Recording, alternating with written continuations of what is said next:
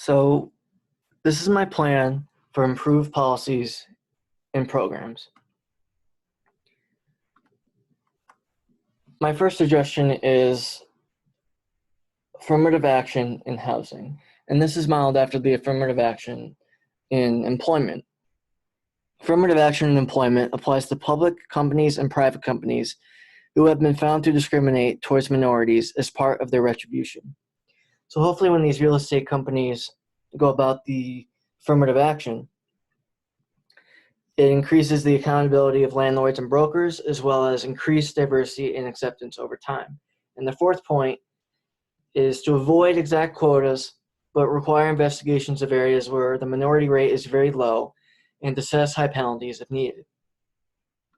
My second suggestion is to prevent implicit and explicit steering through personal accountability. And this is to make sure the broker, real estate agent, or leasing consultant are personally liable for violations of the law. And penalties such as a fine and or loss of license could be given out. It's important to use testers in this situation, as the National Fair Housing Association report found that in every tested metropolitan area, and I quote, some agents told testers that they knew it was illegal for them to steer or to make comments based on race or national origin. But the agents in question then went on to deliberately steer or make illegal comments. And end quote. And that quote was found in Illegal Steering in America, Who's at the Wheel by Rachel Blake. And the second point is to mandate all real estate agents and brokers to show Blacks an equal number of homes in predominantly white areas that meet their criteria. And the third suggestion is for the banks to put less emphasis on credit scores. And this is similar to the adverse impact argument that applies to housing as it does to employment. And this is the current law.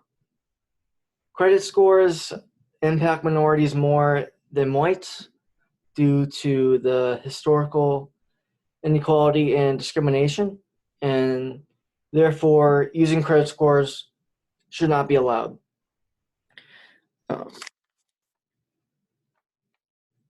Banks should put less weight on the credit scores and more on creating equal opportunity and wealth in the Black communities.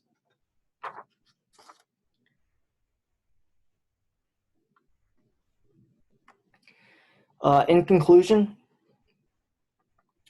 this project addressed the problem of hypersegregation and the negative impacts it has on Black inner city communities. Economic inequality, predatory mortgages, and subprime lending were three areas that perpetuated hypersegregation. While research shows hypersegregation has decreased throughout the years, it still persists in poor Black communities, especially within the inner cities.